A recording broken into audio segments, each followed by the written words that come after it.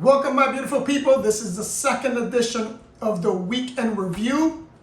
As I stated in the first edition, basically what I want to do with these videos is just to go over what we did the week prior, meaning, how many reservations we got, how much money we made, were there any incidents that I can discuss and we can learn from, or that you can learn from what we did with a specific incident. If there was no incident, what type of business we generated in terms of leads and what's our conversion rate. I'm going to give you some of those numbers so you can have an idea of what we're doing. And if you want to get into the short-term rental industry, you can have an idea of what type of money you're going to make, what type of conversion rates you're looking at, what type of issues you're going to be looking at. So that's the goal for these videos. Now, these videos are not going to be edited. They're not, unlike some of the other videos that I've done in which they get edited, we put in graphics. I'm not doing any of that. They're just me providing you what we did throughout the week. So forgive me. There's going to be a lot of pausing and a lot of mistakes because I have to look at what we did. Now, I'm going to begin with questions.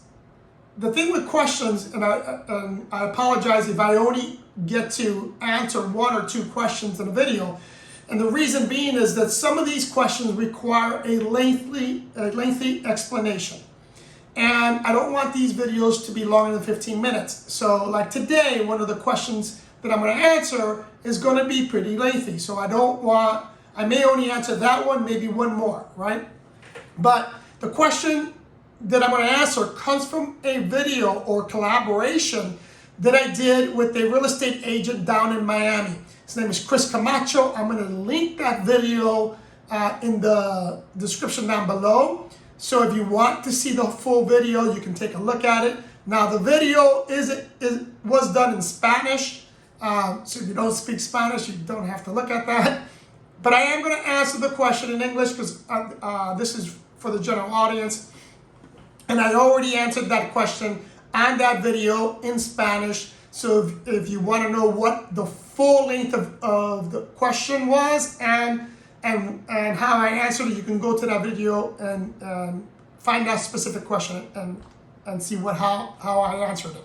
But I'm going to give you the summary of the question of how I answered that question in this video. So the question comes from Sophia Figueroa, 6796. The whole question was, what strategies do I recommend to maximize occupancy during the low season? Now, again, this is kind of opening up a can of worms because there's a lot you can do. But I'm going to give you some of the highlights. But if you want to know exactly what I wrote and want to know all the recommendations that I made, which was a total of 10, then go to that video and then take a look at those questions. But the top 3 things that you need to do during the low season is the following. Number 1 is going to be pricing. If you're not aware, and especially if you're only advertising on Airbnb, which I don't recommend, I recommend you be multi-channel. But if you're only going on Airbnb, Airbnb puts a premium on pricing. They want you to be competitive. In fact, so much so that we that are part of the advisory boards for Airbnb, we're constantly being told that we need to lower our prices. We need to lower our prices. They also want you to eliminate the cleaning fee and absorb or add it to your daily rate. They want you to absorb their fees, which I find ridiculous. But the point is that you need to be competitive. If you have a property that you feel is worth $500 a night, and that $500 a night is actually higher than the majority of the properties in your neighborhood, then you're in trouble because Airbnb is not going to push you, and you're going to have a hard time getting seen by potential guests. So pricing is going to be number 1. Number 2 is going to be that I highly recommend. Actually, I'll give you 3.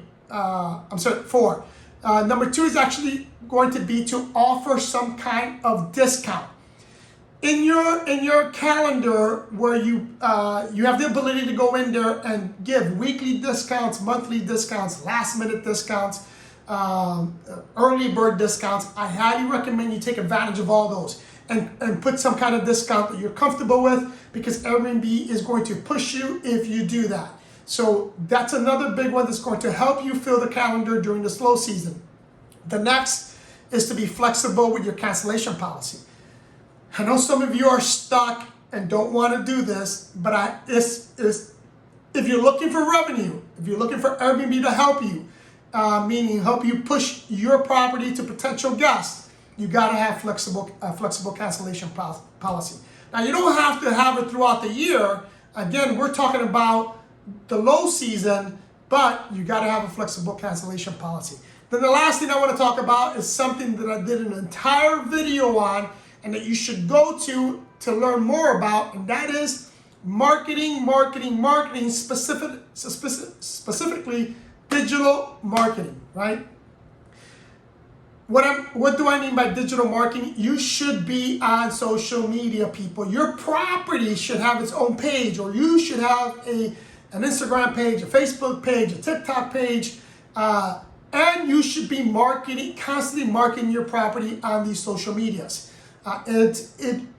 In the beginning, especially when you only have a few hundred followers, that return on your investment in terms of time, you may not see it, but believe me, with time you will. And you don't need a strong, you don't need hundreds of thousands of followers. With just 1,000 followers, especially if they're active followers, you're going to receive bookings, and it's going to help.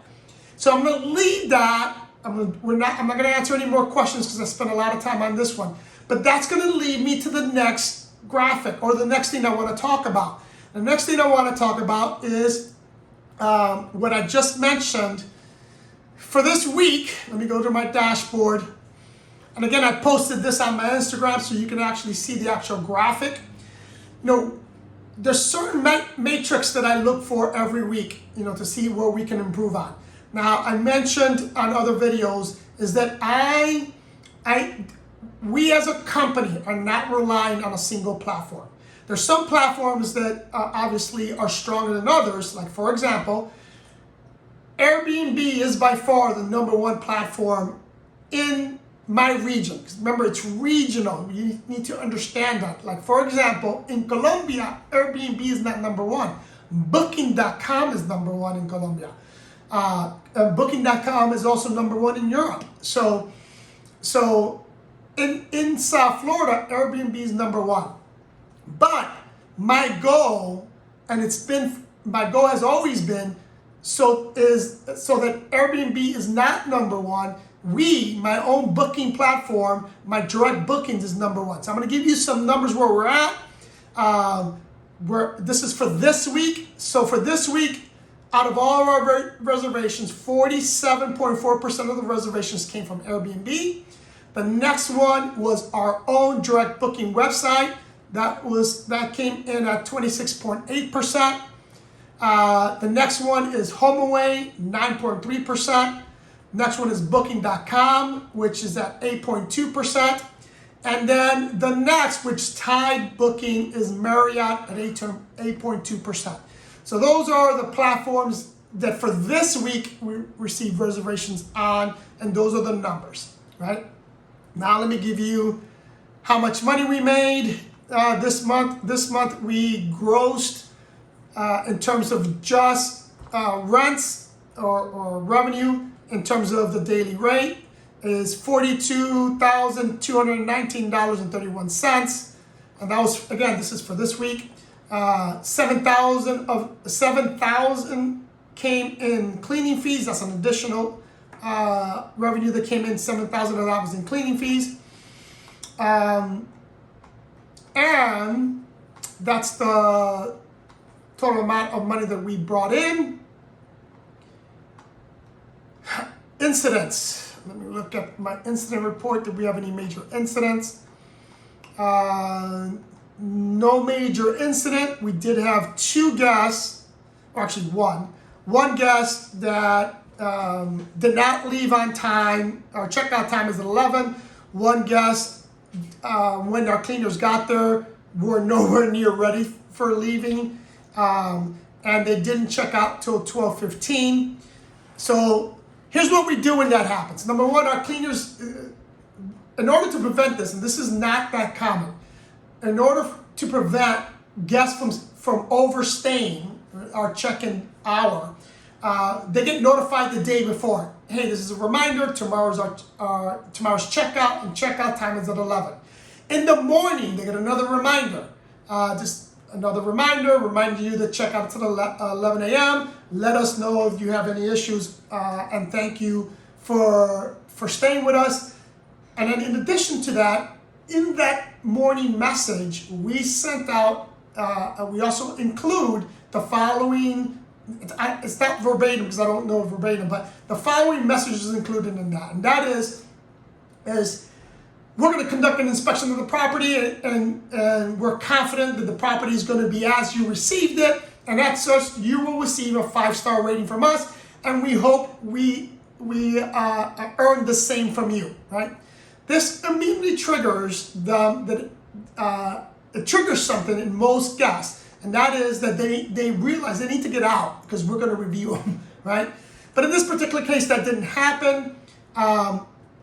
So the remedy was we really had to wait for them to leave, but we fined them. They got a fine.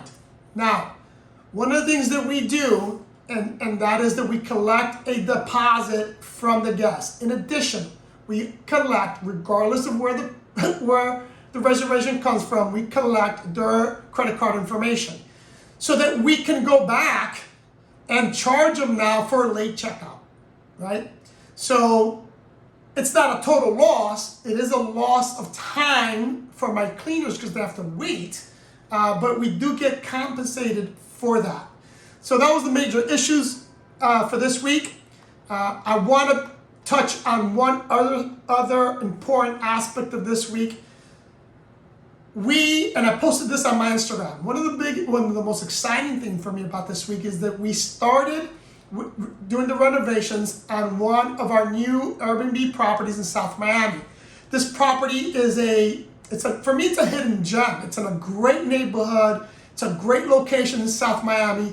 It is a 1-bedroom, 1-bath house. It's going to be a cottage. But what our vision for this property and our goal for this property is to create a vintage experience to our guests. When I say vintage, is if you go to my Instagram page, you'll see what I'm talking about. It is a true tropical oasis, and it's a true old Miami home. So I want to give that vintage experience to someone coming to stay there so they can know what it felt like to live in Miami back in the 50s and 60s, right? We want to give that feeling and that vibe to this property.